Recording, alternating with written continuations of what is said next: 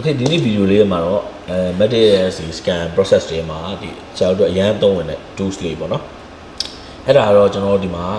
smart scan filter တွေနဲ့ smart color filter တွေပေါ့နော်နှစ်မျိုးပြောပြပါဒီနေ့မှာပထမဆုံးကျွန်တော်တို့smart scan filter တွေအကြောင်းပြောပြပါပေါ့နော်smart scan filter တွေကတော့ကျွန်တော်တို့ဒီမှာဒီအောက်ဆုံးမှာရှိတယ်ပေါ့နော်သူကတော့ဒီသွားတွေရဲ့ဒီ soft tissue နဲ့ဒီ gingival နဲ့ဒီအပေါ်ကဒီနာမဲအလွှာကိုကန်တက်ပြီးတော့ဖတ်ပေးနိုင်တယ်ပေါ့နော်စသဖြင့်ပေါ့ဒီမှာဆိုကျွန်တော်တို့က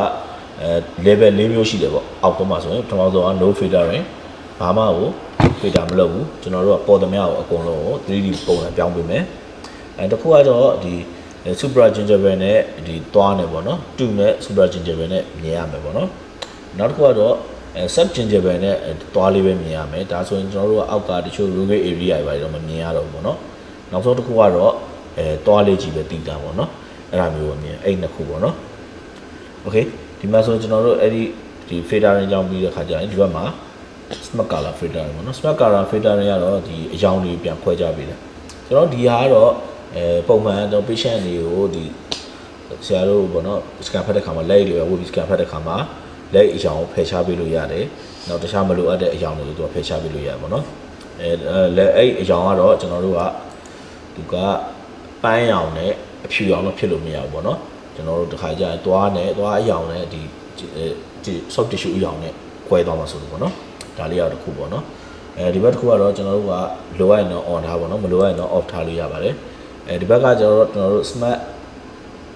scan filter တွေပေါ့နော် smart scan filter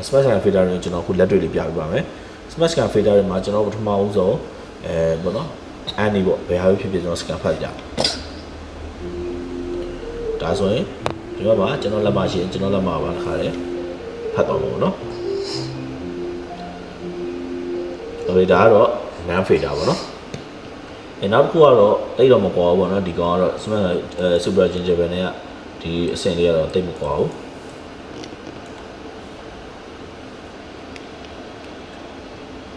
ဒါဆိုရင်တော့ soft tissue တွေဖတ်လို့ရမယ်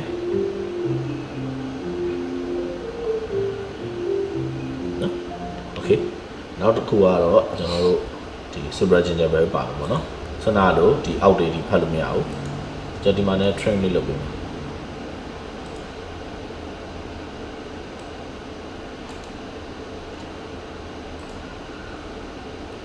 ကဲကျွန်တော်တို့ကဒီ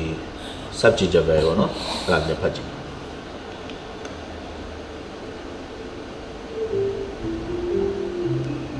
ဒါဆိုရင်သူကသွားနာကတ်နေတဲ့အထီပဲရပါတော့နော်နောက်ဆုံးတစ်ခုကတော့ကျွန်တော်တို့ဒီသွားလေးပဲဖတ်မှာပေါ့နော်ဒီ feature ကတော့ကျွန်တော်တို့ဒီ prosthesis တွေ crown တွေပါစားပြီးတဲ့ခါမှာအရင်သုံးဝင်တယ်တချို့ margin တွေပါတယ်တေချာတိကျပြန်ပြီးတော့ယူချင်တဲ့ခါမှာလည်းအရင်သုံးဝင်တယ်ပေါ့နော်ကျွန်တော်ဒီဟာလေးကိုပြန်ဖြတ်ပေးမယ်တချို့ area လေးကျွန်တော်နည်းနည်းဖြတ်လိုက်ပါတော့ okay ကျွန်တော် scan ပြဖတ်ပြပဲ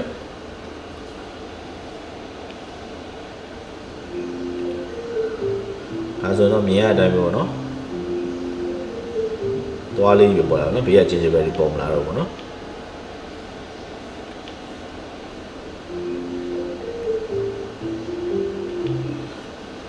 โอเคဒါလေးတွေကတော့ကျွန်တော်တို့ smart color filtering နဲ့smart scan filtering လေးပဲဖြစ်ပါတယ်ကျွန်တော်တို့ဒီဆရာတို့ရဲ့ case ပေါ်မူတည်ပြီးတော့လိုအပ်တယ်လို့ချိန်ကြီးပြီးတော့ scan ဖတ်လို့ရပါတယ်သေးစိတ်သိရှိခြင်းနဲ့ကျွန်တော်ဥတော်စုမြန်မာကိုထုံးစံတိုင်းဆက်သွယ်လိုက်ပါ